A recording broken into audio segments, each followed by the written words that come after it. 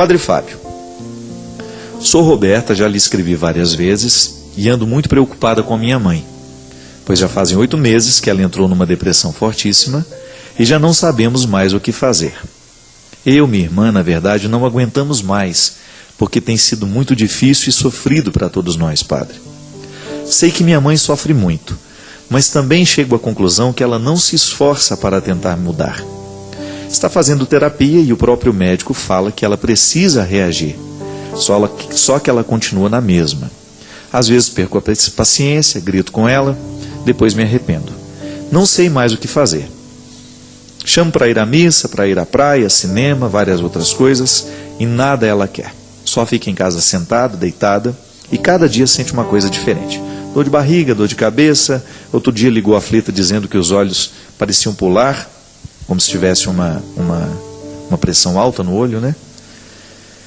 Enfim, tem sido muito pesado, Padre. Sei que Deus não nos dá um fardo que não podemos carregar, mas está bastante difícil e gostaríamos de pedir que o Senhor pudesse nos dar uma ajuda com sua palavra. O processo da depressão precisa ser tratado com muito cuidado, minha filha. Nós já falamos aqui muitas vezes sobre isso, né? Primeira coisa, o paciente de depressão, ele precisa ser muito respeitado. Agora, chega um momento em que o respeito compreende também uma ação firme com aquela pessoa. Primeiro porque a gente precisa buscar o tratamento adequado. Existem depressões que são frutos, são resultados de um processo químico, de uma desorganização. É engraçado que nos dias de hoje a depressão cresce muito, mas ela sempre existiu na história humana. A gente tem essa depressão e hoje existe muitos casos mesmo, que a gente chega à conclusão que eles são resultados de um jeito estranho que nós estamos vivendo, de um jeito de viver, que está diretamente ligado à nossa alimentação, que está diretamente ligado aos nossos hábitos. Eu diria que você precisa ter cuidado com a sua mãe nesse sentido. Respeite, tenha paciência com ela, mas você também precisa colocar as regras. Quem está doente precisa se tratar.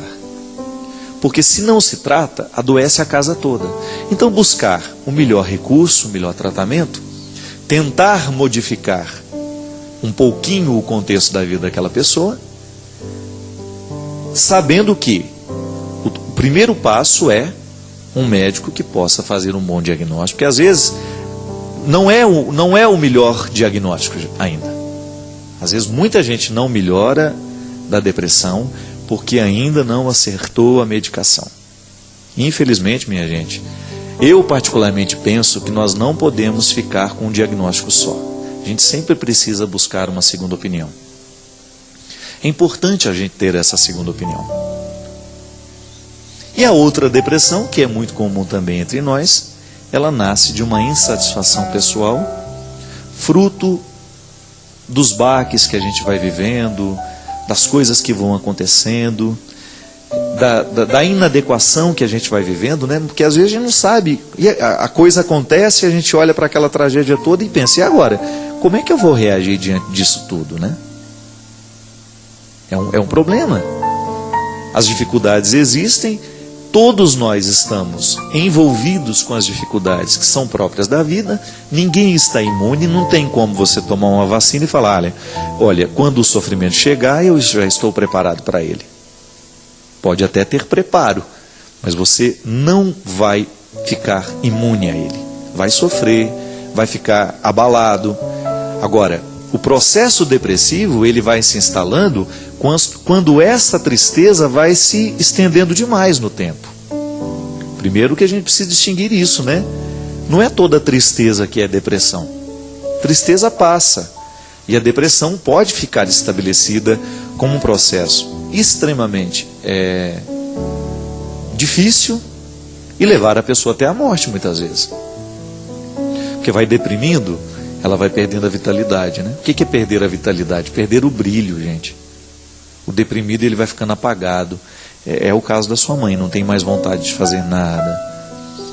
Só que tem que ter o outro lado também. A gente está de fora, a gente quer ajudar, a gente propõe o tratamento, a gente busca os recursos, mas depois a gente espera que também aquela pessoa que está doente reaja e comece a buscar, nos intervalos de tantas tristezas, algum motivo que possa ser para ela realmente forte, capaz de sair de si e começar a viver com um pouquinho mais de qualidade, pelo menos naquele momento. Porque de momento em momento, a gente vai criando satisfação. Veja, é na sua vida, isso é uma realidade. Digamos que hoje eu tive decepções o dia inteiro. Mas eu preciso descobrir, no meio desse monte de decepções, um espaço onde eu possa ter uma satisfação. E aí fazer o esforço de permitir que aquela satisfação demore um pouquinho mais dentro de mim. Porque quando você permite que a satisfação demore, automaticamente você está impedindo a prevalência do desgosto. Não é assim? Ah, padre, mas é difícil demais. É. Infelizmente, nós não temos como te dizer que vai ser fácil. Porque não é. A vida é dura. Ela é dura, mas o tempo todo ela também nos apresenta um motivo para a gente ficar satisfeito. Só que a gente não vê. Se a gente coloca os óculos que ampliam tudo aquilo que está sendo problema na nossa vida, é bem provável que a gente só vai enxergar o problema. Tudo depende do que a gente ilumina, minha gente. Não é assim? Tudo depende do que a gente ilumina. Você tem uma luz, você tem um foco e você direciona. Essa é uma regra. Aonde é que você coloca a luz? Isso eu digo agora para todo mundo que de alguma maneira já sente o coração deprimido, né? Angustiado. Cuidado. Não permita que suas tristezas demorem demais dentro de você. Lide bem com o seu sofrimento. Aprenda a lidar com ele. Descubra que o sofrimento, ele é uma ponte por onde você passa. Ele não é o rio onde você naufraga. Ele não pode ser o rio do seu naufrágio. Ele tem que ser a ponte da sua passagem. Sabe por quê, minha gente? Senão nós não vamos dar conta de muita coisa. Por isso que eu fico muito preocupado. A depressão, essa química que é fruto de meu organismo não produziu a serotonina, a química do bem-estar. Meu organismo não produziu aquela substância que é responsável por isso, por aquilo, pelas aqui as ligações nervosas do meu cérebro. Então tem que ter um medicamento. O médico vai diagnosticar isso e vai nos dar o medicamento. E não se iluda. Você tem que mudar também os seus hábitos. Não é uma pílula que vai mudar a sua vida. Eu tenho muito medo dessas pessoas que acham que o remédio é a solução para tudo. O remédio é um instrumental para que você reaja e então as soluções comecem a acontecer. Porque não tem mágica, minha gente. Não tem. Não existe mágica. Se existisse essa mágica, alguém iria escrever um livro sobre isso e todos nós estaríamos com as nossas soluções. Leio o livro e fico bom. Não. É a postura diante da vida que faz a diferença. E você, Roberta, tem toda a razão quando você diz que sua mãe precisa reagir. Ela precisa estar bem medicada e ao constatar que já está com o medicamento certo, ela vai começar a reagir. Então é o momento dela reagir, né? Já está reagindo.